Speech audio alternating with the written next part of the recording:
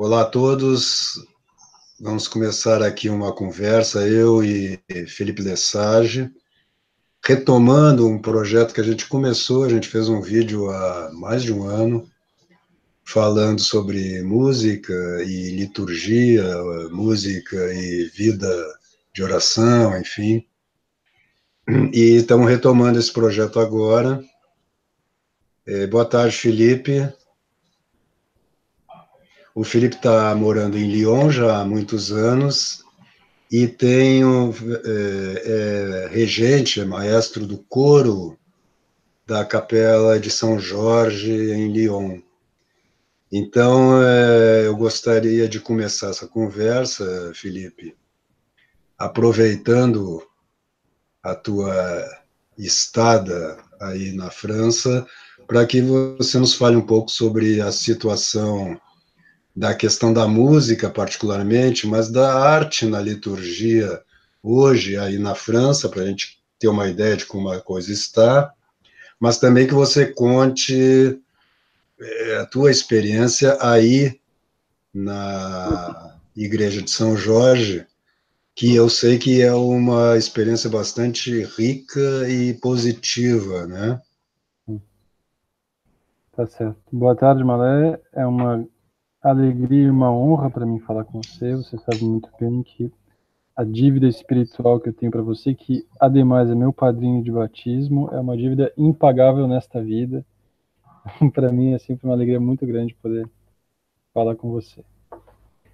Quanto ao que eu estou vivendo aqui, e que se inscreve na continuidade justamente de um movimento de conversão, né? Eu era um artista mais do jazz e da música de teatro, da trilha sonora. E após a minha conversão lá para 2013, eu fui começando também a alterar, converter a minha profissão mais diretamente ligada à música sacra. Então, a partir desse movimento de conversão, as coisas mudaram na minha vida. Eu acabei vindo aqui para a França, que é o país da minha mulher.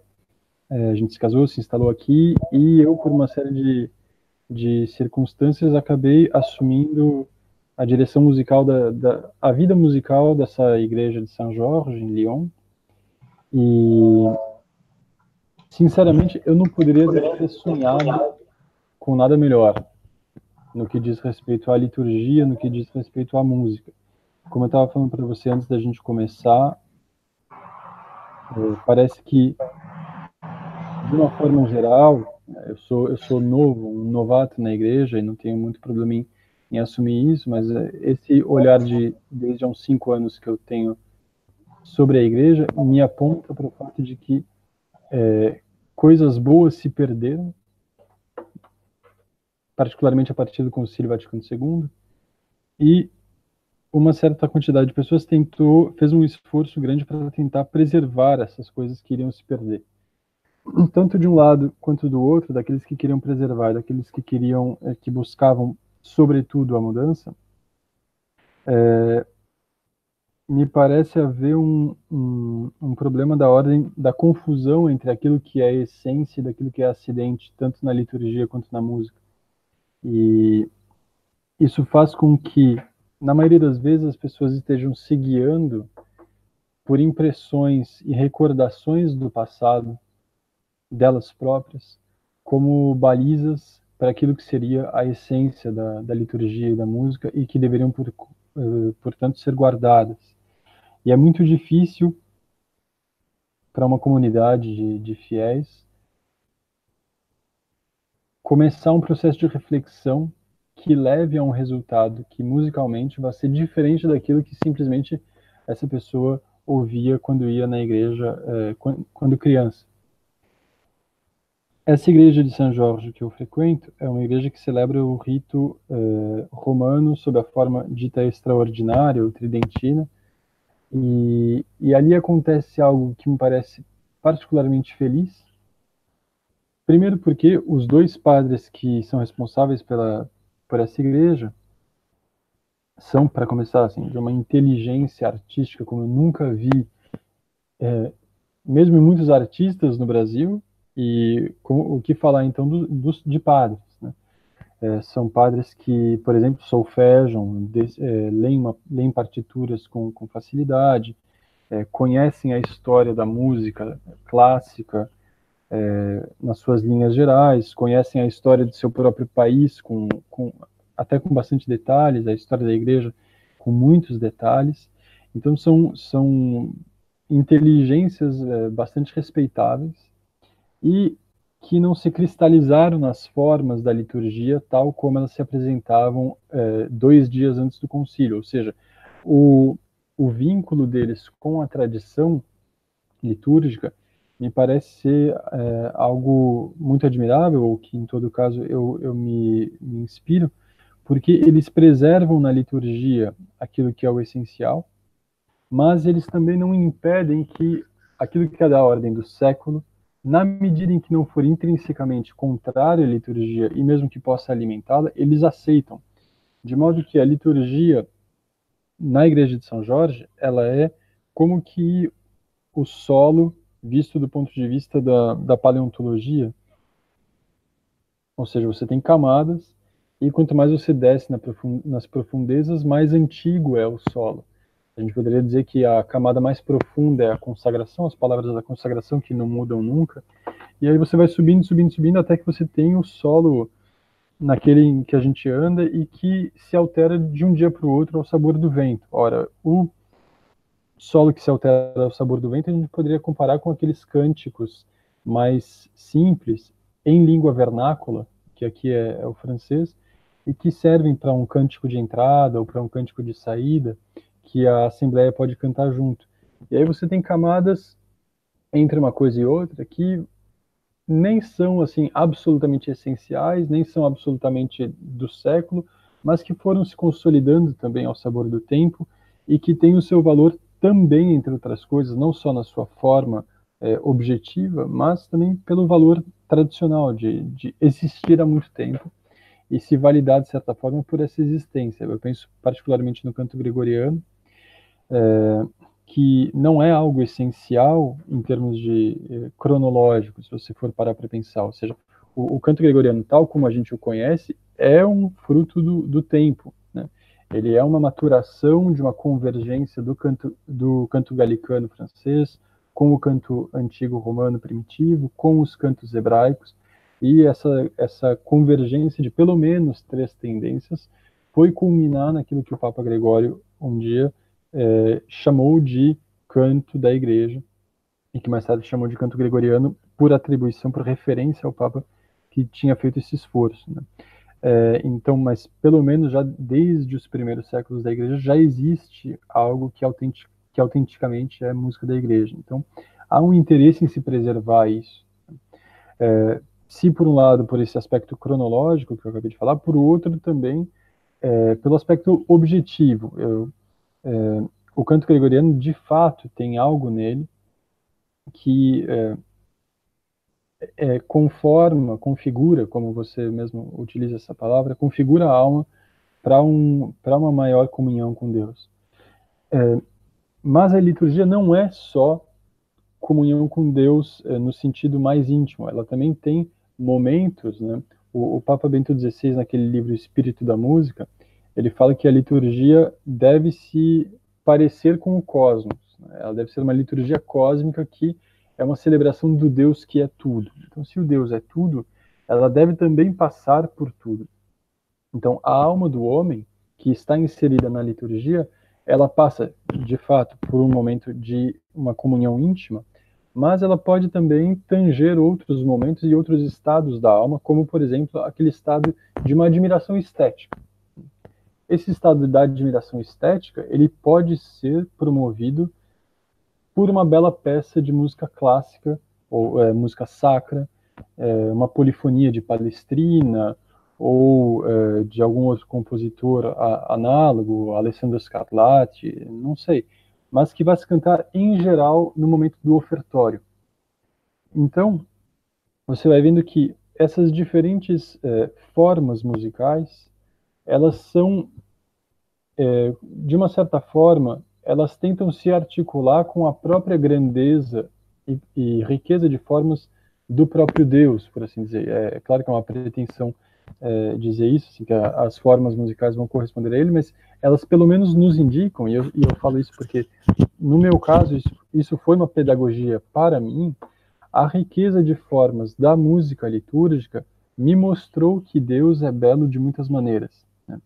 Então, por que eu estou contando a história? Porque essa série de descobertas, quanto à riqueza das formas da música e etc., foi um aprendizado que me foi possível graças à inteligência desses padres que, a um só tempo, guardiões zelosos da tradição litúrgica, mas também abertos e não se encresparam para receber qualquer coisa que viesse de fora. Ou seja, eles deixam o vento da modernidade soprar e aquilo que ele trouxer de bom eles acolhem, o que trouxer de mal eles deixam passar.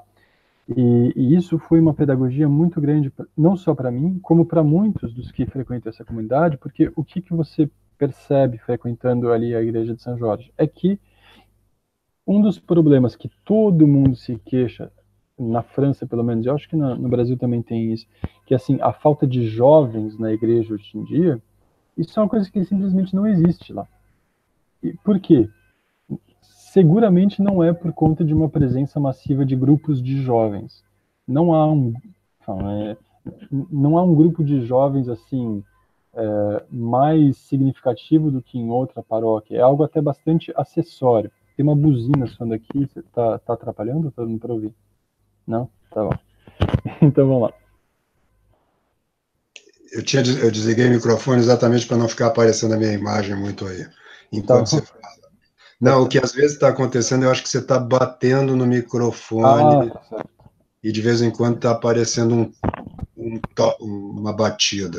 Então eu vou segurar ele assim com a mão e vai evitar isso. Tá bom. Então, ainda que não haja uma iniciativa particularmente incisiva para atrair os jovens para essa paróquia, é uma paróquia que assim nunca teve um problema particular de falta de uma faixa etária determinada. Isso, na verdade, nem é um problema que se coloca. Por quê? Porque a liturgia, espelhando esse caráter cósmico da própria divindade, do próprio Deus, é claro que diversas pessoas de diversas faixas etárias, inclusive, vão sentir-se atraídas por esse Deus que ali se manifesta.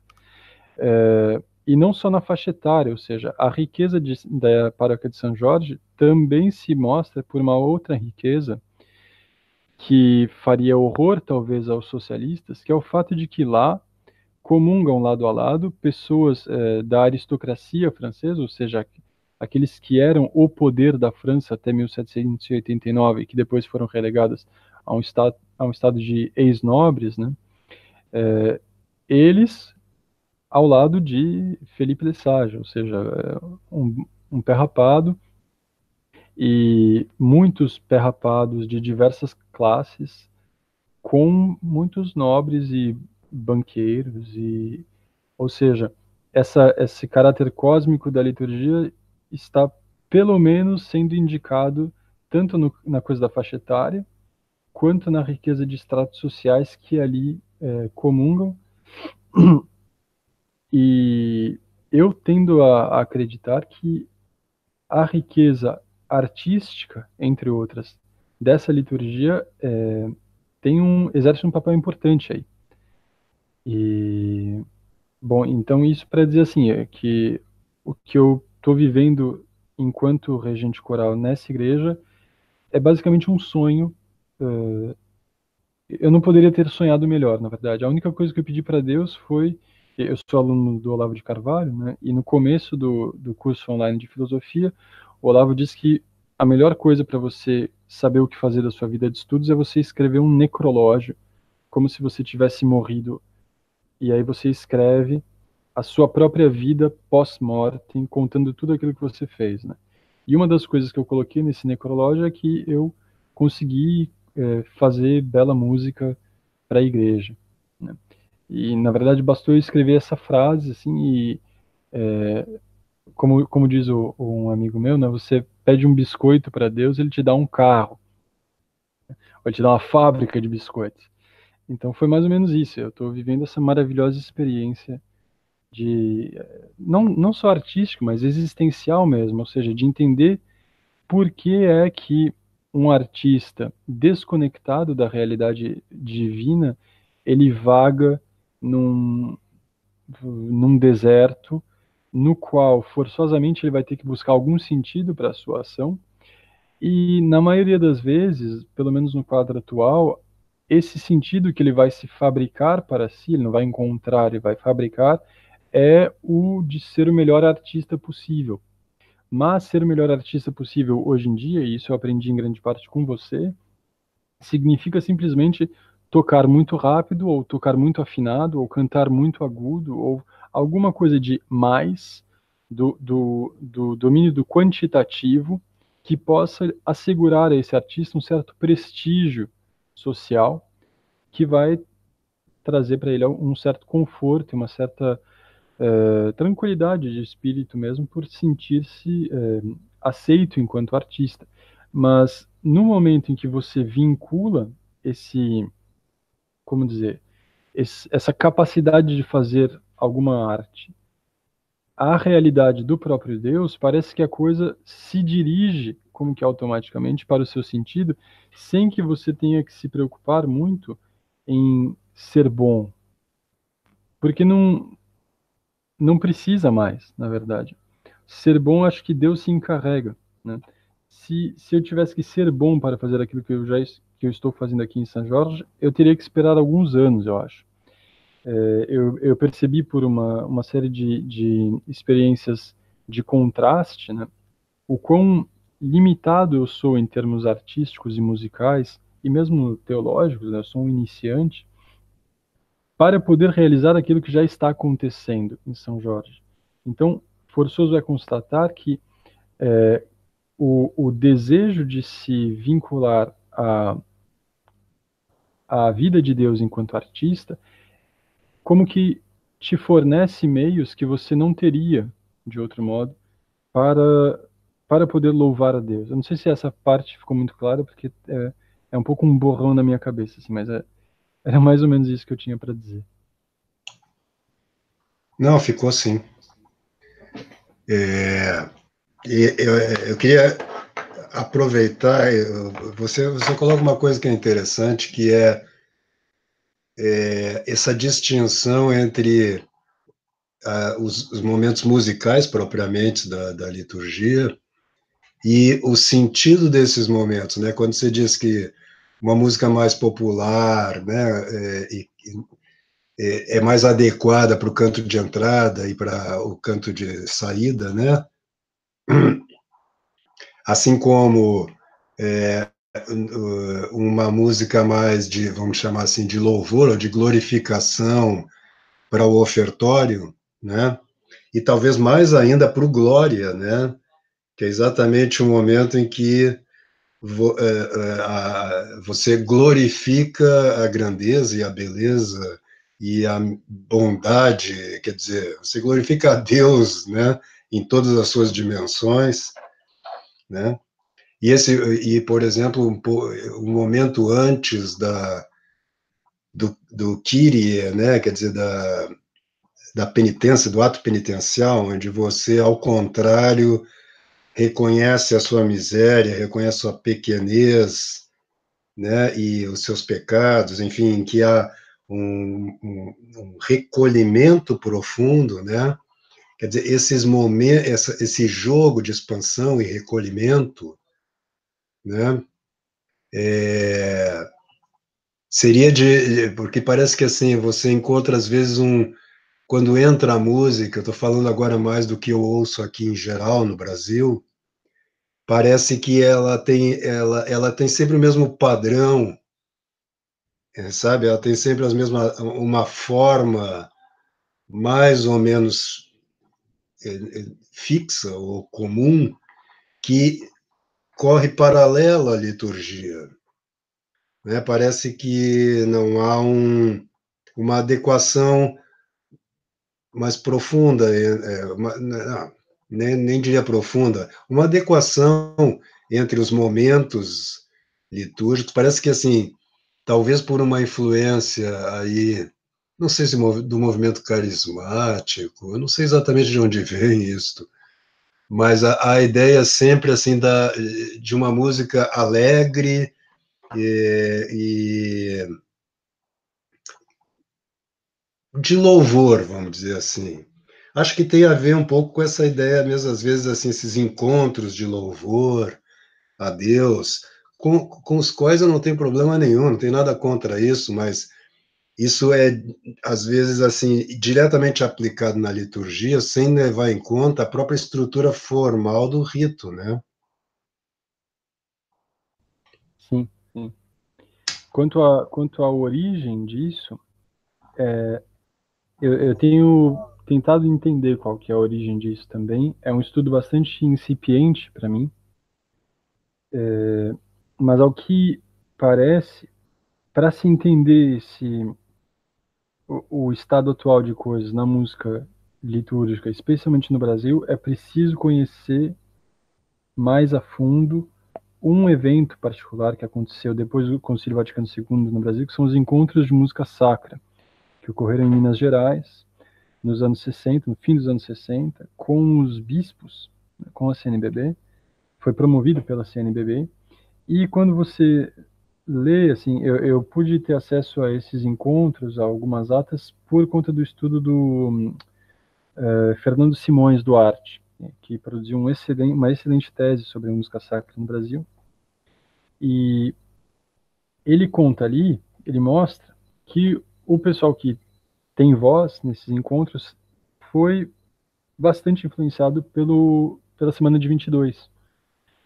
E no que diz respeito a essa influência, há uma necessidade de se consolidar uma identidade nacional por meio da liturgia.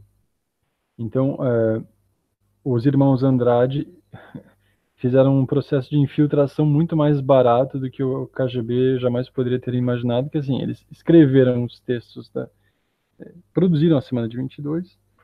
A Semana de 22 repercutiu algumas décadas mais tarde na cabeça desses participantes do encontro de música sacra, de tal modo que as atas dos encontros tratam de diretrizes mesmo para a composição musical. Diretrizes que dizem que se deve buscar escrever música nos estilos brasileiros, nos ritmos brasileiros, com escalas propriamente brasileiras, né?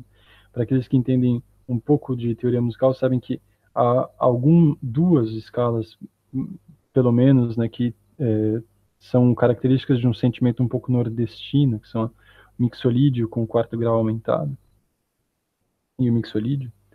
E então eles escrevem assim, como padrões que devem ser seguidos para a música litúrgica para que ela expresse a alma do povo, né? Eu, quando li essas coisas, eu ficava um pouco angustiado lendo essas atas, e eu não sabia muito bem porquê, né? Foi depois de um tempo, assim, que a ficha me caiu, e eu me perguntei assim, olha, quando é que eu sou, eu componho, né? Eu escrevo música. Quando é que eu conseguiria escrever uma música sob encomenda, com diretrizes estéticas, a priori? Falei, ou eu não conseguiria, ou seria o exemplo encarnado do que a gente chama de kit. Ou seja, o resultado das diretrizes dos encontros de música sacra são basicamente um alastrar do kit na música litúrgica. Por quê? Porque quando você vai produzir música partindo de pressupostos estéticos predefinidos, eu acho que não dá para chegar em outro resultado. O Claude Debussy, que é um compositor do começo do século XX, ele é um grande compositor do começo do século XX, que infelizmente não escreveu muita música sacra, ele diz assim: obras de arte produzem regras, mas regras não produzem obras de arte. Ou seja, o que produz a obra de arte é algo que precede o raciocínio sobre ela. E a forma artística, ela condensa nela verdades que mais tarde outras pessoas vão poder transformar em discurso. É aquilo que o Olavo de Carvalho sempre fala sobre as hierarquias entre os discursos. Você parte do poético para depois fazer alguma formulação racional sobre ela. E se você tenta inverter a coisa, vai ficar ruim, ora. Por quê? Porque não é assim que as coisas evoluem, né? Então, em grande parte, existe um elemento dessas diretrizes artísticas que não podem conduzir a outra coisa senão ao kit. E, por um outro lado, também tem uma influência aí direta do Concílio Vaticano II, que é o seguinte, isso também está naquele espírito da música do Bento XVI, ele fala da influência do teólogo Karl Rahner, né, no Concílio Vaticano II. O Karl Rahner trata de muitos elementos teológicos no concílio, mas ele trata particularmente da música sacra também, trazendo uma espécie de perspectiva calvinizante para a igreja. Qual é a visão do Calvino no que diz respeito à música litúrgica, pelo menos? É que todos os fiéis devem poder cantar a música do serviço. De modo que você não vai mais poder escrever Palestrina, não dá. Ou Perrotin, ou Guillaume Dufay, ou Josquin des Prés, porque são polifonias de uma complexidade que somente um grupo de pessoas, eu não diria de especialistas, porque dá para fazer isso entre amadores, mas de pessoas que se dedicaram para fazer isso, que vieram durante a semana, ficaram 2 horinhas ali, cantando, etc, etc. Aqui, parênteses, aqui em São Jorge, a gente faz peças de um alto nível artístico, com um coro majoritariamente amador, né? Isso para mostrar assim, que é possível. Essa noção de profissionalismo e amadorismo seria até bom a gente passar um pouquinho antes de acabar, mas enfim, fecha parênteses. E o Karl Rahner diz então que todos os fiéis devem poder cantar a música. Ora, isso quer dizer que a música então deve se abster de atingir um certo grau de complexidade artística e estética, né? Então você reduz o teto. Ora, quando você reduz o teto, qual é a consequência automática? É que as pessoas que estavam se inspirando dos melhores para chegar até um resultado mais ou menos medíocre, agora começam a se inspirar de menos melhores e forçosamente vão chegar no resultado abaixo de medíocre, e assim por diante. Ou seja, foi uma compressão da capacidade artística dos fiéis de uma grande proporção, porque as pessoas começaram a desfrutar de exemplos menos perfeitos das capacidades artísticas. E, ora, essas capacidades artísticas são um reflexo das capacidades humanas. Então, você está indo todos os domingos a um lugar onde as pessoas são basicamente menos capazes de entrar em contato com o belo. Esse foi o resultado da maravilhosa teologia musical do Karl Rahner. E isso, ademais, relegou a música litúrgica, a música sacra, digamos, artística, né, o grande repertório de Palestrina, Allegri, Scarlatti, Dufay, Bach, as grandes catedrais, onde, em geral, são profissionais ou meninos de escolas, de meninos cantores, e, sobretudo, ao que? As salas de concerto.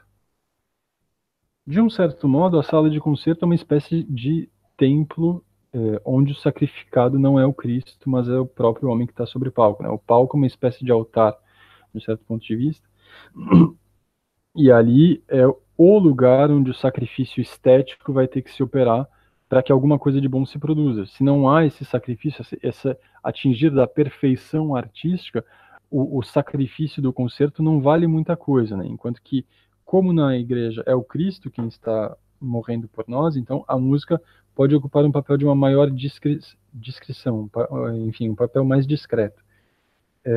Mas, então, a gente tem esses dois elementos aí que interferiram na evolução da música litúrgica brasileira, os encontros de música sacra em Minas Gerais e a teologia do Karl Rahner, que se disseminou aí por toda a igreja, depois do Concílio Vaticano II. E como uma consequência disso também, você acaba percebendo que com essa espécie de fuga da beleza do ambiente litúrgico, a beleza vai começando a se tornar propriedade de uma outra classe de pessoas. Qual? A dos artistas profissionais. O que é um artista profissional hoje em dia? É uma pessoa que é especialista nos meios de produção de um objeto do qual ela desconhece os fins. E o que é um fiel católico que ama a boa liturgia? É uma pessoa que conhece os fins, mas se encontra incapaz, se encontra desprovida dos meios. Então a gente vive um momento de uma espécie de um divórcio entre aqueles que buscam a beleza tal como ela pode nos conduzir até Deus, né? E outras pessoas que têm aquele objeto, mas não sabem que se ligar na tomada acende, né? É mais ou menos assim como eu vejo a coisa hoje em dia. Ademais, essa questão aí das regras, né,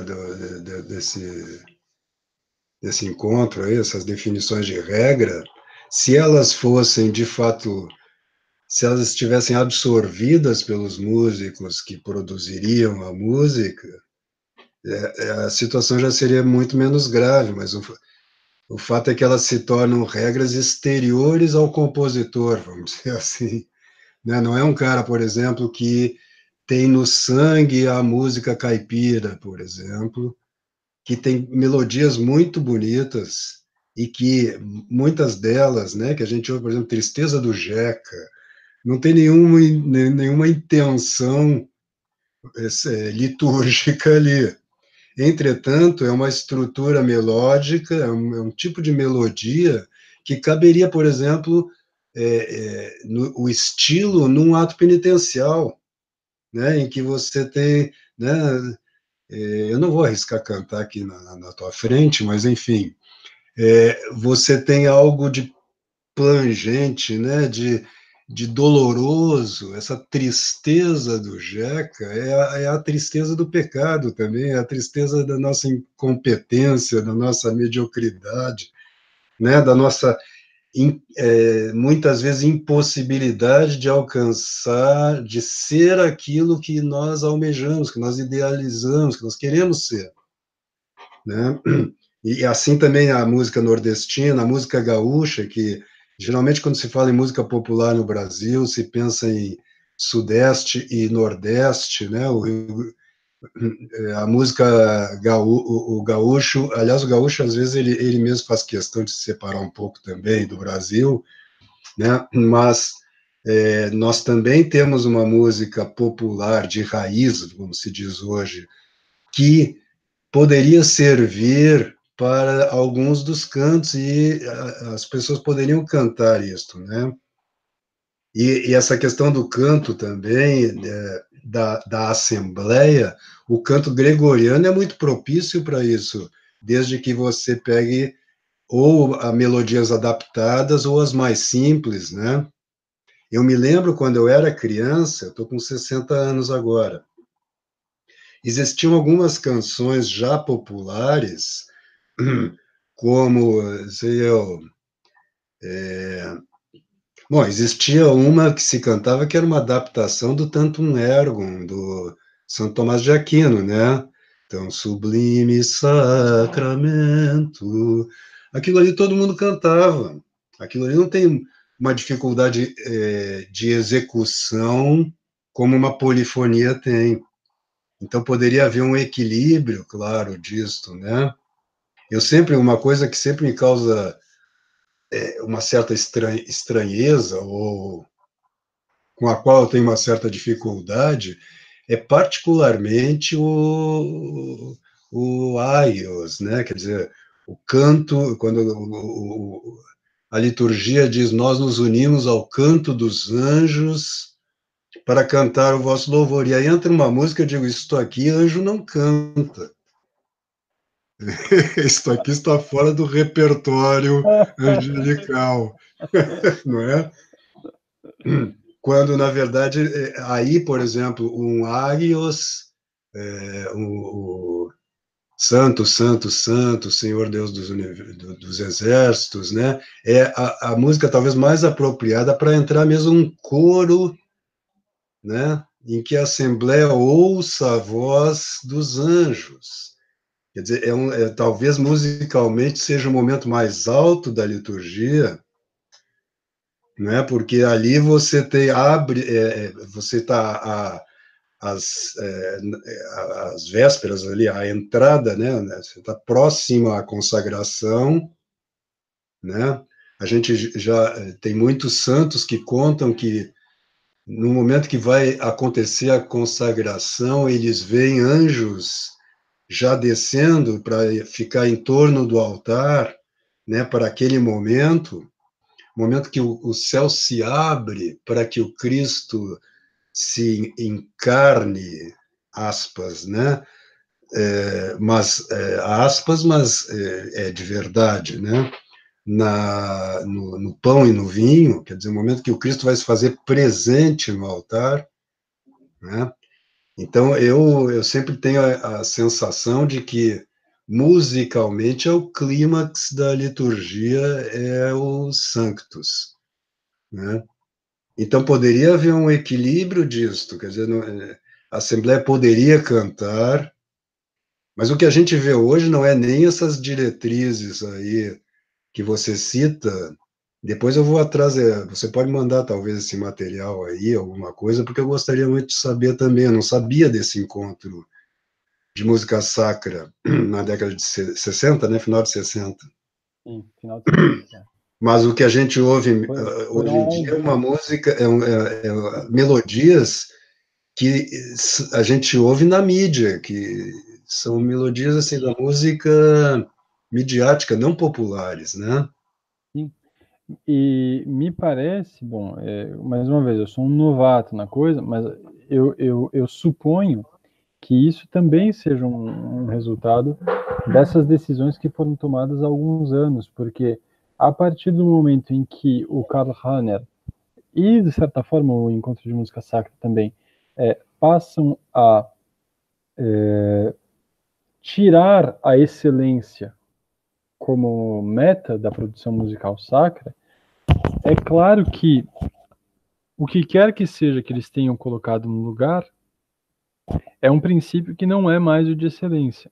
Então, esse objeto vai ter a sua própria evolução, e se não for a excelência, bem, vai ter uma involução, ou seja, se você opta por colocar aquilo que não é o melhor, é claro que a coisa vai meio que se putrefazer, por assim dizer, né? Você estava falando aí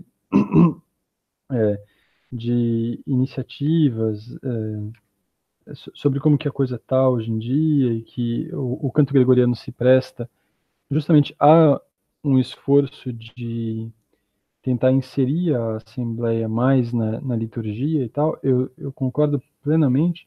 Inclusive aqui em São Jorge, a Assembleia canta o Kyrie, o Kyriale, ou seja, Kyrie, Glória, Santos, Agnus Dei, e o Credo, eles cantam em alternância com o coro, ou seja, o coro canta um verso, eles cantam outro, e assim por conseguinte.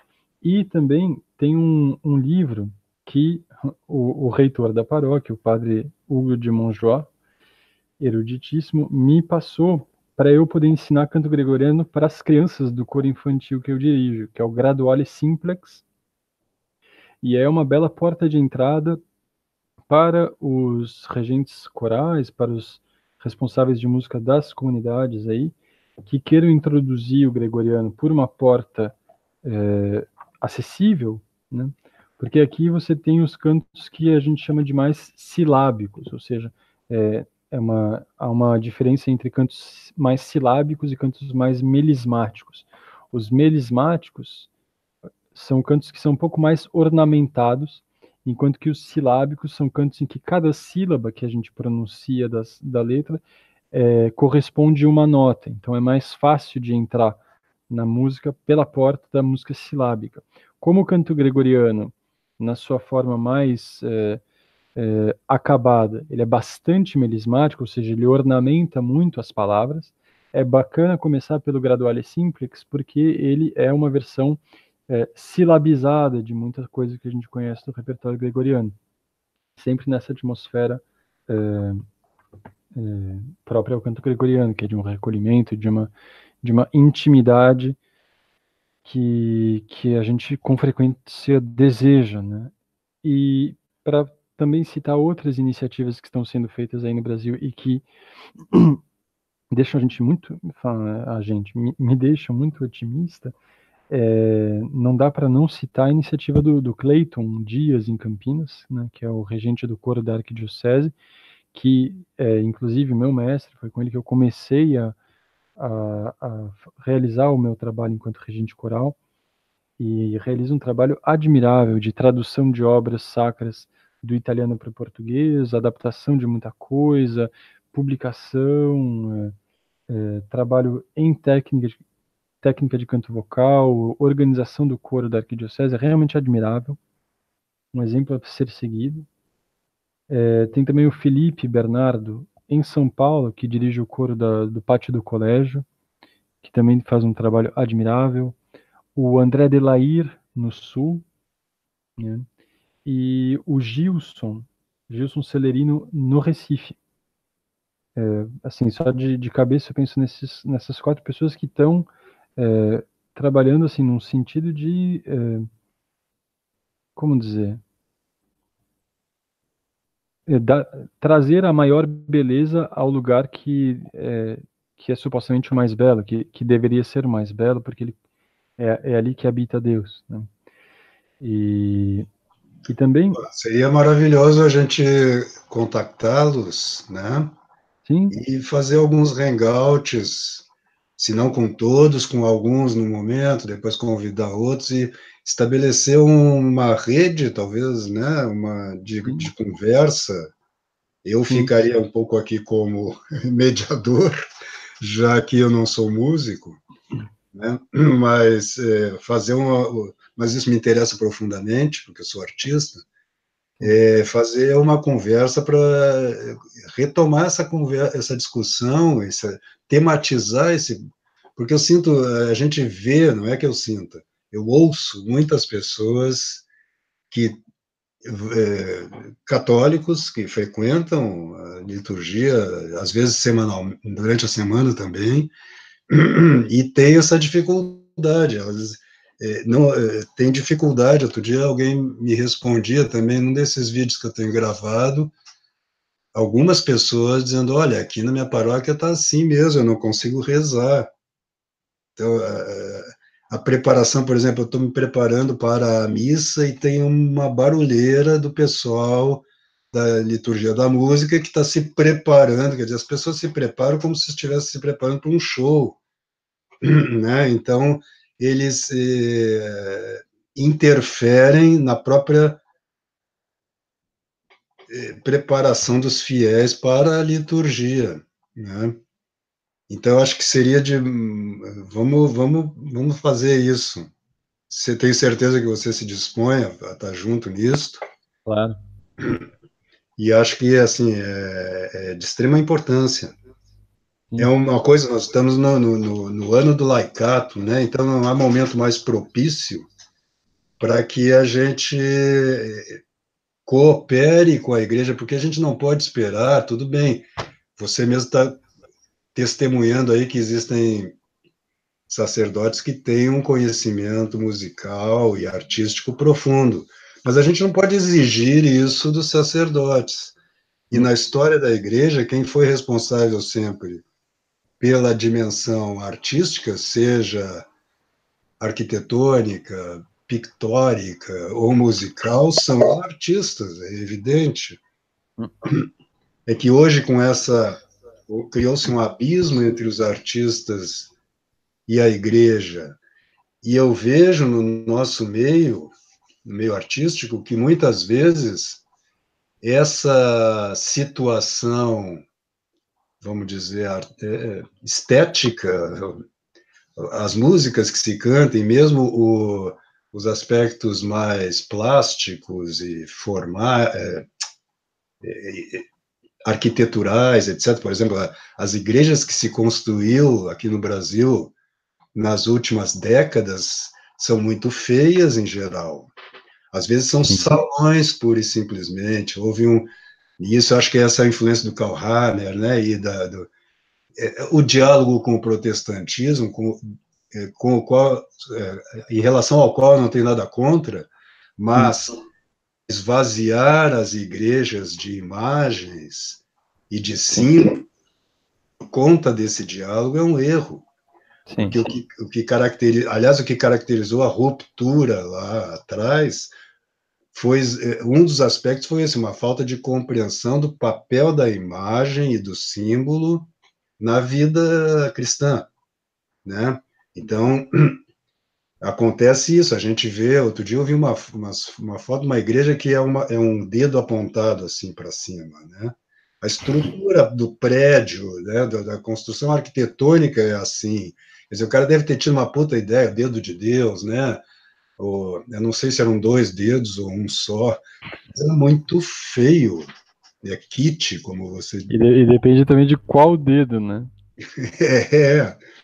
Então, é, é preciso recuperar isso e são os artistas que têm que recuperar. Não tem outro jeito. Quem não tem essas regras, as regras da arte, seja elas quais forem, incorporadas, que, como diziam os medievais, que não se em quem não se tornou uma segunda natureza, isso, você não precisa pensar, você já é aquelas formas, né? E, portanto, a tua música, a tua arte, ela é um resultado disto. Não tem como compor. Essas coisas que a gente vê, às vezes as pessoas, assim, com toda boa vontade, no sentido, assim, elas não estão de sacanagem, né? Mas elas compõem, são pessoas que não têm a música no sangue, né? E que compõem, portanto, assim, ficam uma estrutura, poeticamente falando, muito superficial e, no fundo, baseado no que se ouve aí na televisão, no rádio, na internet, enfim. Sim. Bom, nós já estamos com, deixa eu ver, 45 minutos, eu acho que para a gente publicar isso é o tempo, mas certamente nós vamos, já te convido a gente fazer novas conversas, seja nós dois, tem o Jefferson Bittencourt também, que não está fazendo diretamente música para a liturgia, que eu saiba, mas é um músico e diretor de teatro lá de Florianópolis, que vem fazendo um trabalho com música medieval e renascentista, de muito valor e que é católico, enfim, tem pensado também sobre isso, que eu já marquei com ele um hangout para conversar sobre música também, e é outra pessoa que pode entrar nessa conversa, quer dizer, hoje em dia com a internet, a gente tem a possibilidade de estar em relação de uma forma muito mais fácil do que antes. Então, certamente, eu acredito que a gente pode cooperar a partir da nossa formação e do nosso trabalho, né, com a restauração do aspecto, pelo menos artístico, da liturgia, né, e isso vai ser bom para todo mundo. Quer dizer, mesmo as pessoas que vivem dentro, que se dedicam à igreja, muitas vezes não percebem que essa prática artística que se instaurou em muitas paróquias acaba alienando a assembleia e os próprios músicos do verdadeiro sentido e da verdadeira dimensão da liturgia, né? Então tá bom, Felipe. Quando você publicar esse Hangout, eu vou colocar ali nos comentários duas listas que eu preparei de música sacra, uma de música sacra brasileira e outra de música religiosa brasileira, porque isso vem bem ao encontro daquilo que você estava falando. Ótimo. Eu fiz uma coleção de músicas que não necessariamente abordam elas, sem dúvida, essa coleção de música religiosa não entra na liturgia, ou não deveria entrar na liturgia, mas são poesias e melodias que não estão fechando o ouvinte à dimensão transcendente, somente elas estão falando de uma dimensão mais simples e prosaica, né? Mas são melodias caipiras, duplas caipiras, romances, cantigas, etc., que de uma forma ou de outra mostram assim a religião, ou pelo menos sob seu aspecto cultural ou moral, etc. E a segunda coleção, que é a de música sacra brasileira, que para mim foi uma maravilhosa descoberta ver que assim, tem compositores brasileiros que escrevem ótima música sacra, litúrgica, e o melhor dentre eles está vivo hoje em dia e produzindo, que é melhor na minha opinião, que se chama Amaral Vieira, é um expatriado, vive hoje, acho que nos Estados Unidos, se eu não me engano, mas é um pianista de concerto, e que escreve, a música sacra que ele escreve é maravilhosa.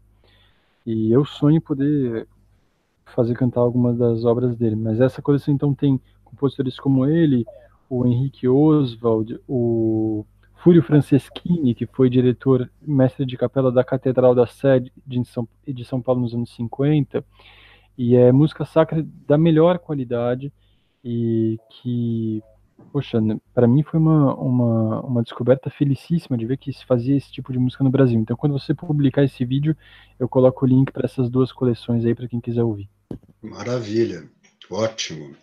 E também as pessoas que estão assistindo aqui também, se vocês tiverem perguntas e questões a levantar, coloquem também aqui nos comentários, porque a gente traz para os próximos Hangouts essas perguntas, seja para o Felipe, seja para outros músicos ligados à igreja, que a gente vai convidar. Então, te agradeço muito, Felipe. Que Obrigado Deus a te você. abençoe e abençoe Amém. esse trabalho aí, e vamos mantendo contato, vamos continuar conversando sobre o assunto. Com certeza. Então, Obrigadão, Malé. de nada, fique com Deus. Amém. Você também. Tchau.